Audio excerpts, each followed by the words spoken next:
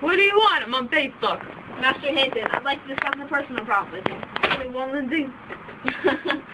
But really, when I was a baby, my parents always dressed me like a boy and treated me like a boy, just like my brother. And now I feel like I was born into the wrong body. I feel like my experiences have shaped me, and now I'm really considering gender reassignment. It's funny that you say you think you were shaped by your experiences. That's the nurture part of nature-nurture theory that John Money did research on. As I've told you a million times in class, which we all know you don't listen and you don't come to class because you don't have the teachers, so you're not worrying about that. But anyway, you need to know all about your discipline's history. So let me give you a little bit background information on Dr. John Money and his research on the nature-nurture theory and gender reassignment. Nature-nurture was first coined by Sir Francis Galton in the 1800s. The nature-nurture theory is the relative importance of a person's innate qualities versus personal experiences in determining individual differences in physical and behavioral traits. Galton was influenced by his cousin Charles Darwin and his book On the Origin of Species. John Money was born July 8, 1921 and died July 7, 2006 of complications from Parkinson's disease. He initially studied psychology at the Victoria University of Wellington, graduating with a double master's in psychology, philosophy, and education in 1944. He then emigrated to the U.S. to study at the University of Pittsburgh in 1947, and he earned his Ph.D. from Harvard in 1952.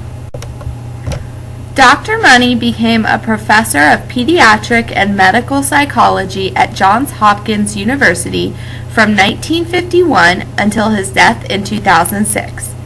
During his productive career, John Money received many accolades, including being recognized as one of the pioneers of pediatric psychology. In 1972, he presented his study at the annual meeting at the American Association for the Advancement of Science, and on the same day he released his book, Man and Woman, Boy and Girl. In 2002, John Money was awarded the Magnus Hirschfeld Medal from the German Society for Social Scientific Sexuality Research. At Johns Hopkins University, Money ran studies on gender reassignments in the Sexual Behaviors Unit. Using his previous research on the nature-nurture theory, Money then led research on the theory of gender neutrality and sex reassignment.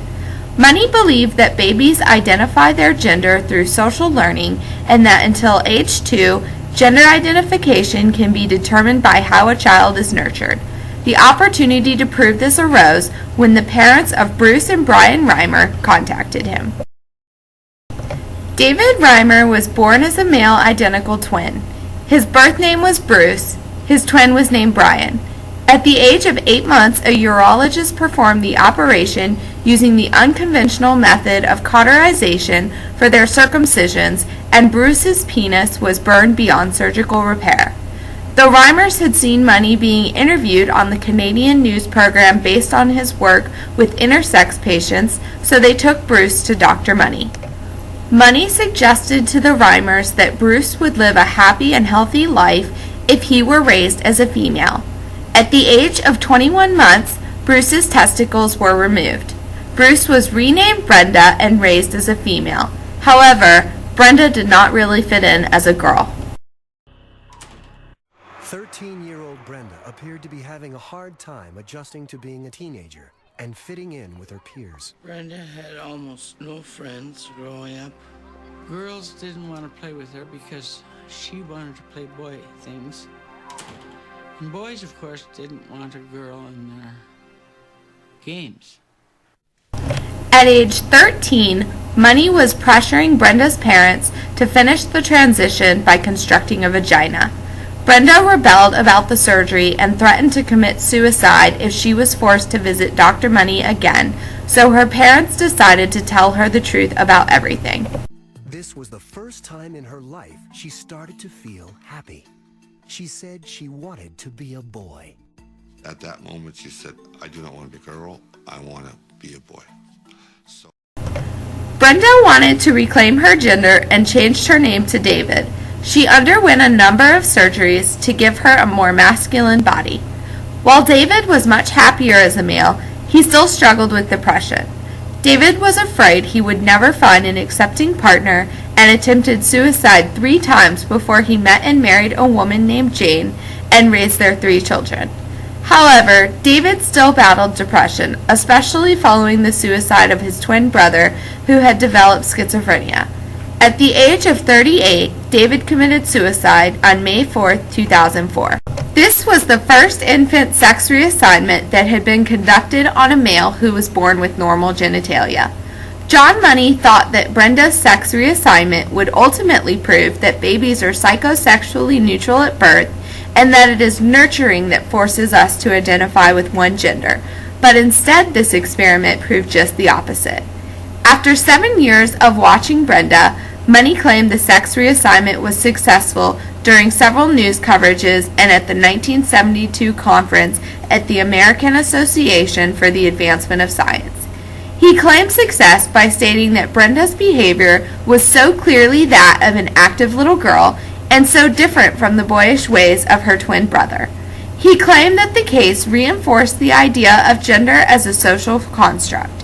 However, Money failed to mention the difficulties Brenda had throughout her childhood, socially, academically, and mentally.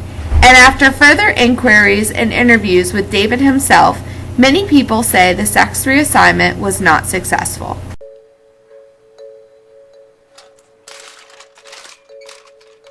Even at this early stage, it was clear the case wasn't working as well as the doctor claimed. Some argued that Dr. John Money published only the positive results to make it look as if his theory was holding true. Others disagree. Milton Diamond and John Calipinto revealed the truth about Brenda's difficulties. By 1980, Money had stopped bringing up Brenda's case and deflected all inquiries about the true outcome. The controversy of this case brought out the truth.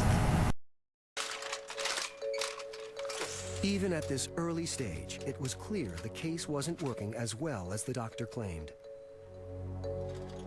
Some argued that Dr. John Money published only the positive results to make it look as if his theory was holding true. Others disagree. At the time that John reported the initial reports, Although Money remains controversial, he still contributed significantly to psychology and the study of human nature.